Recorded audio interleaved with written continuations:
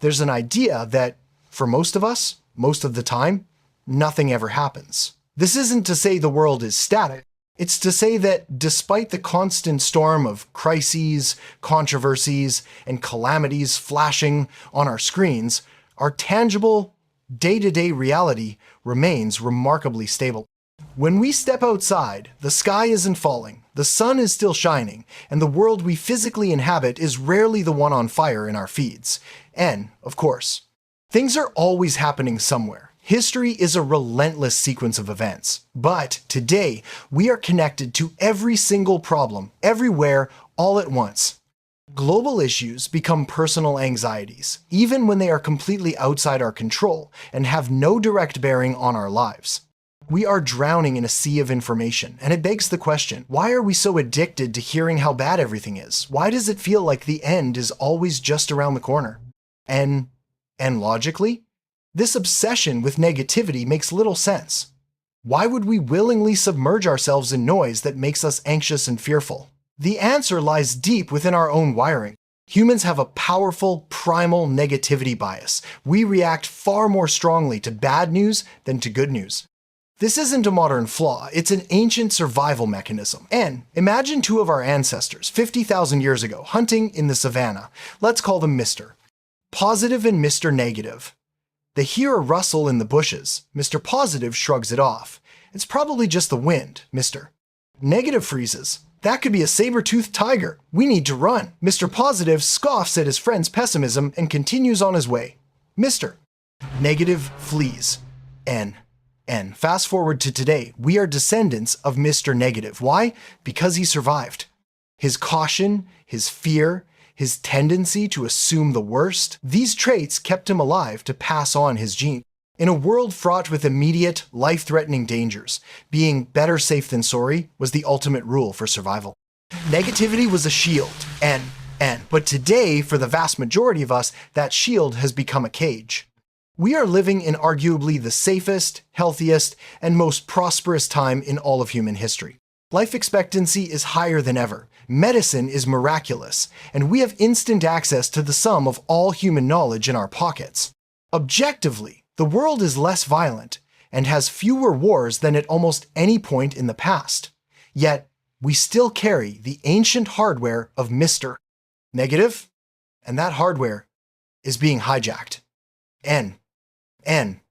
The hijacker is the modern information ecosystem, the internet, social media, and 24/7's news cycles.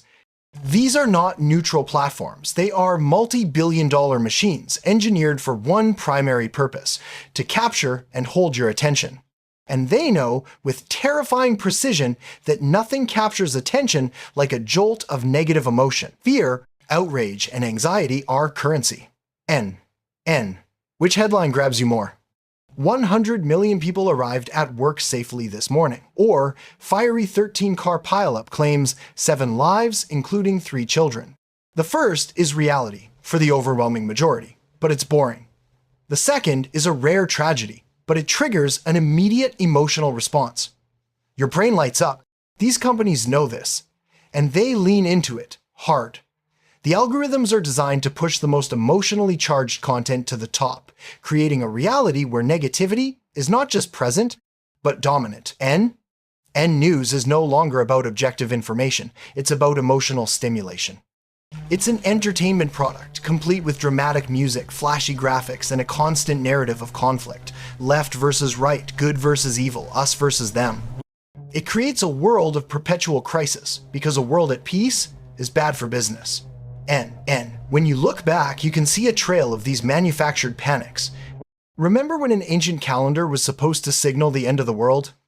Or the killer hornets that were coming for us all? Or when every new virus was presented as the next great plague? Time and time again, these global threats dominate the conversation, create widespread fear, and then, for most of us, nothing happens. The narrative moves on, the trend dies, and we forget, waiting for the next thing to be afraid of.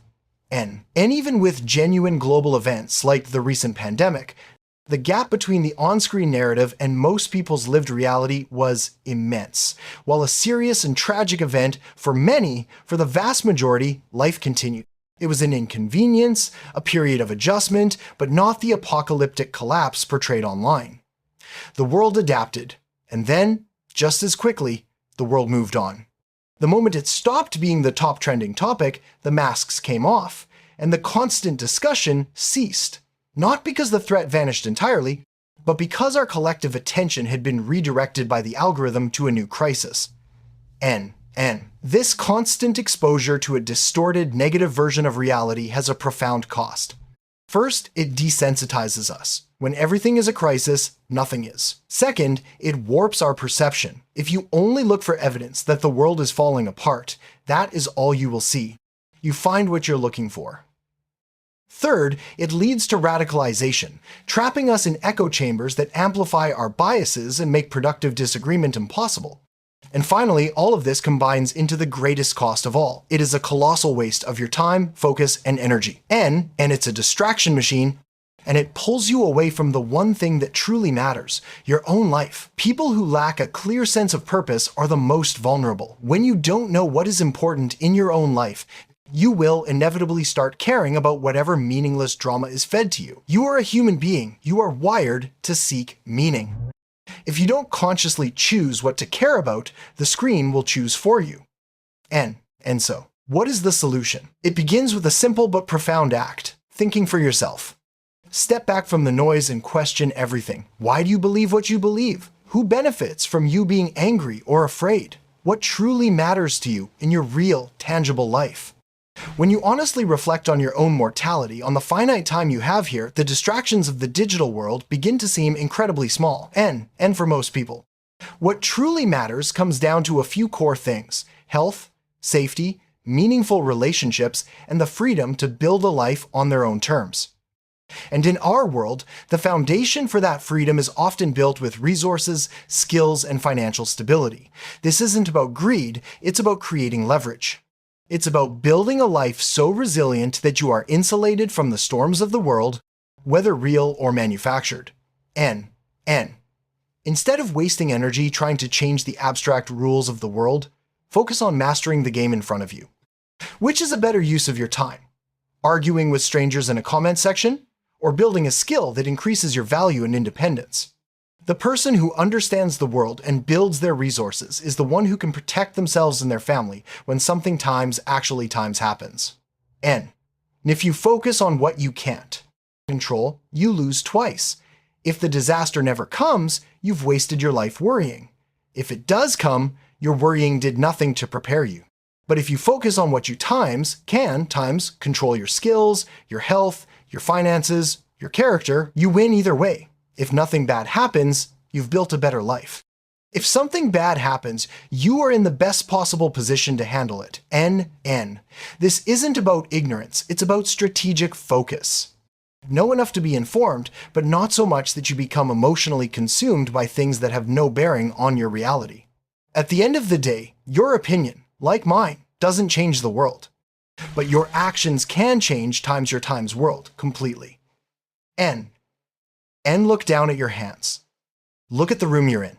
That is the only reality you will ever have direct control over. One day, that reality will end. It is the only guarantee you have. Don't waste it glued to a screen, worrying about a world that mostly exists as moving pixels. The real world is waiting for you, right in front of you. And there, for now, nothing is happening. Go live in it.